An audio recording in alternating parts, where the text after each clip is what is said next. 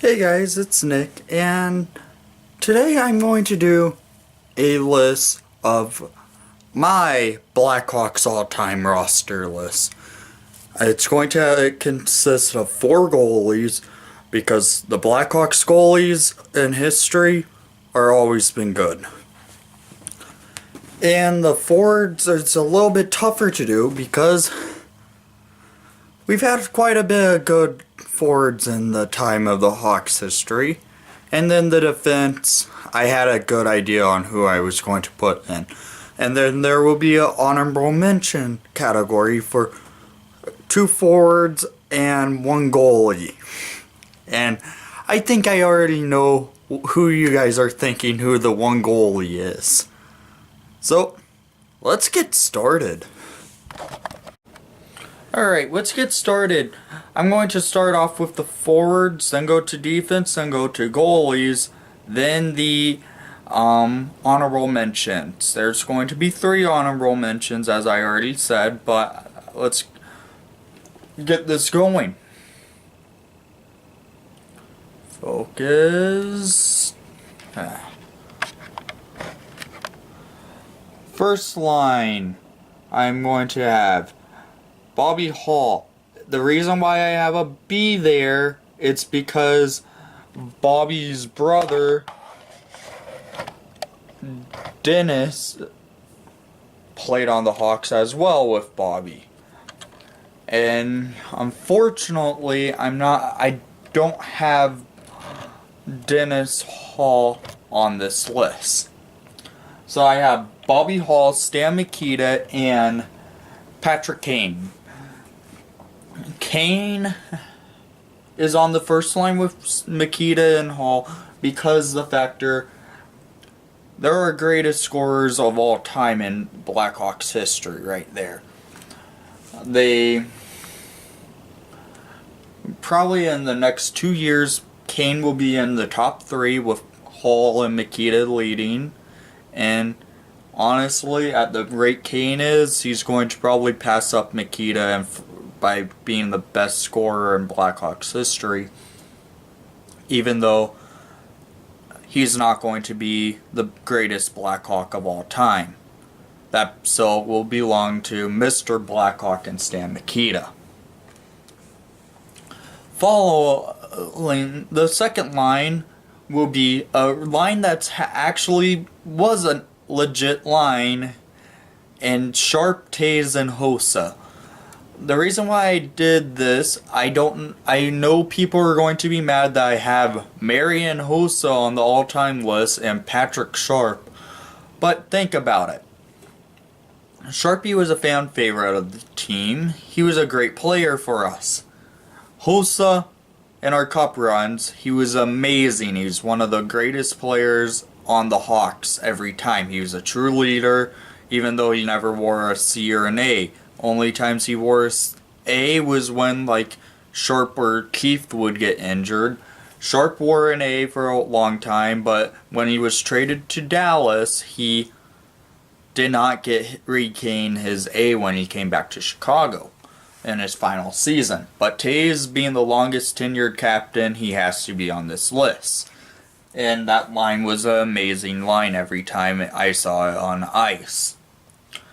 To follow up, the third line, I have Eric Daze, Dennis Savard, and Eddie Olczyk. This line was hard to make because, honestly, it could have happened, but it never did because Daze never played with Savard. Olczyk did, but not for a long time. This is just a great line, I feel like, because they're all Savard being the skill, Olczyk being big, same with Daze. And Daze was an amazing player in the dark days of the Hawks. And the fourth line, this one could make people angry. Tony Amonte, who was a captain of the Hawks, Jeremy Roenick. That's why I'm saying it might make people angry, because he's at the bottom line of the Hawks. And Steve Larmer. All three of these players were amazing with the Hawks. As I said, Monty Morrissey. Each line actually has a player that's worn a C in the Blackhawks. And Mikita, Taves, Savard, and Monty. Then, each line has someone who's worn an A in this on the Hawks. Hall, Sharp, Daze, Ronick, and I want to say Larmer had one. I can't remember, but I believe everyone had a leadership role except for two players in Kane and Hossa. Kane would wear an A only when people would get injured, like Seabrook or Keith. Hossa would wear an A whenever, like, Sharp or Keith would be injured. But let's go up to defense, because this one's a great defense for the Blackhawks. I know one of the players people probably would be upset with me having on the list for defense.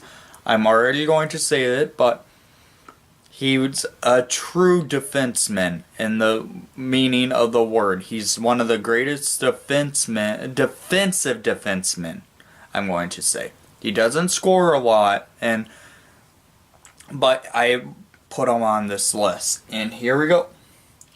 On the blue line, first line, Keith and Chelios. That would make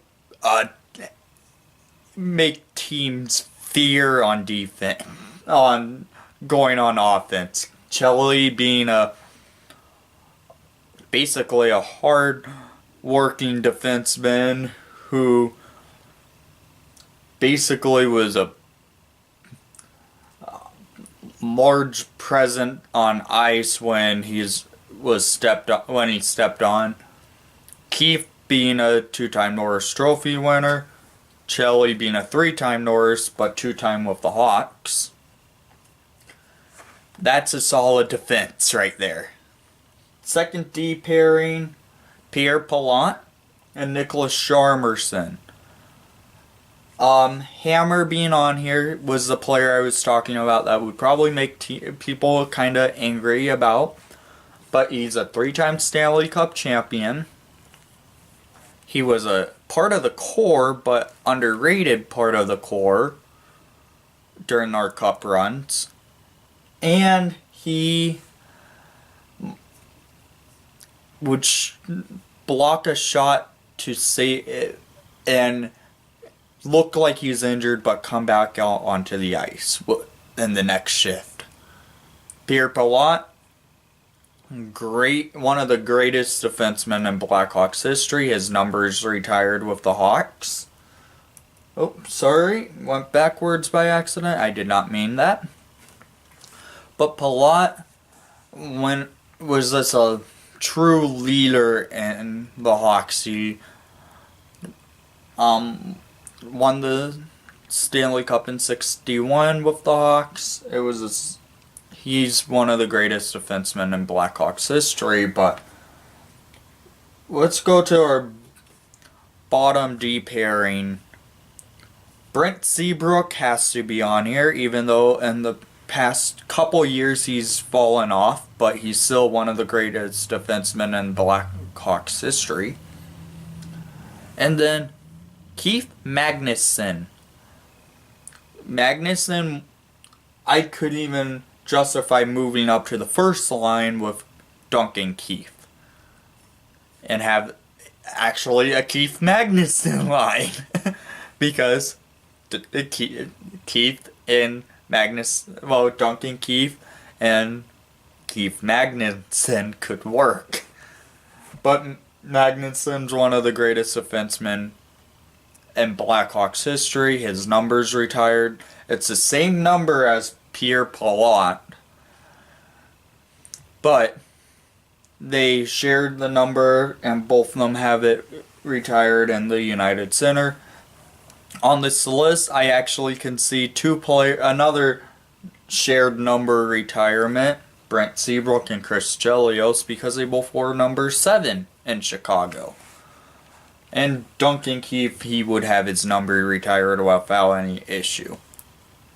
Let's go to our goalies, because this one probably won't make any of you guys angry. Because even though it has 4 goalies, it was just hard for me to choose what goalies were justified to go over one another. The masked men, but one wasn't. I had to call it that because Mr. Goalie right here and Glenn Hall did not wear a mask. One of the greatest goalies in NHL history. You don't get the nickname Mr. Goalie for a reason, and he has that nickname. Then, second goalie I have on here, Tony O and Tony Esposito. Number 35. Now, he's probably the greatest goalie in Blackhawks history, I will say. Never saw him play, but he was a great legend of the Blackhawks and still is a big presence when he's at the United Center. Third goalie I have on here, Eddie the Eagle Belfour. In the 90s, he was probably one of the best goalies in the NHL at the time. He's a Hall of Famer. All three and Glenn Hall, Esposito, and Belfour, as it sits right now, are all in the Hall. I'm saying all as of sits right now because the next guy on this list is still current, and I still think he's going to be in the Hall of Fame. And Corey Crawford. Corey Crawford gets underrated around the NHL because he was surrounded by a great team for most of his career. But think about it. If he was playing last season, he probably would not. The Hawks probably would be in the playoffs because Corey Crawford was on pace to have probably the Vezina. He was better than Rene in numbers wise. Crow gets underrated and underappreciated around the NHL by other fans and other announcers, even though all of Chicago knows how great of a goalie he is. And look, the Hawks were playing well with Crow and net. When he went out with injury, the team just got completely murdered in net last season. He was our MVP, I say, still, even though he didn't play the entire season.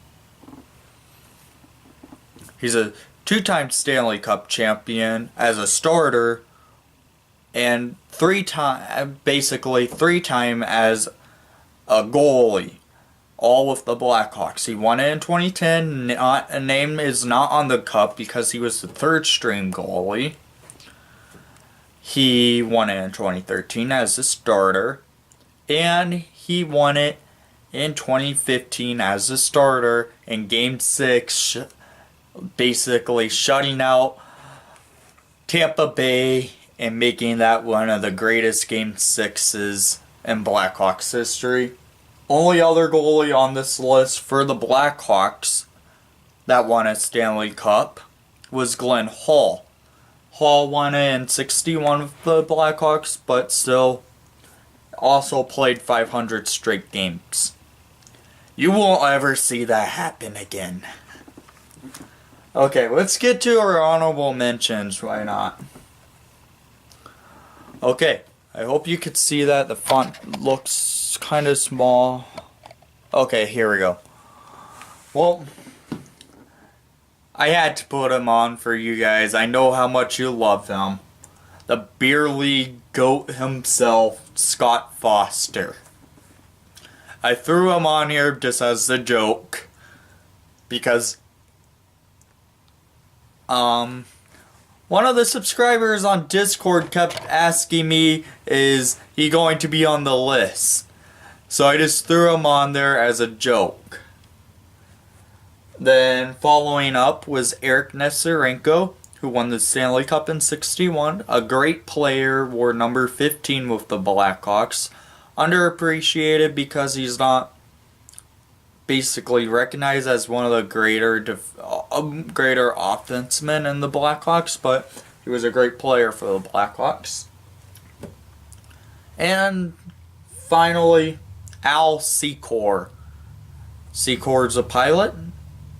He's currently, but he's one of the greater players that should be in the Hall of Fame, but not in the Hall of Fame.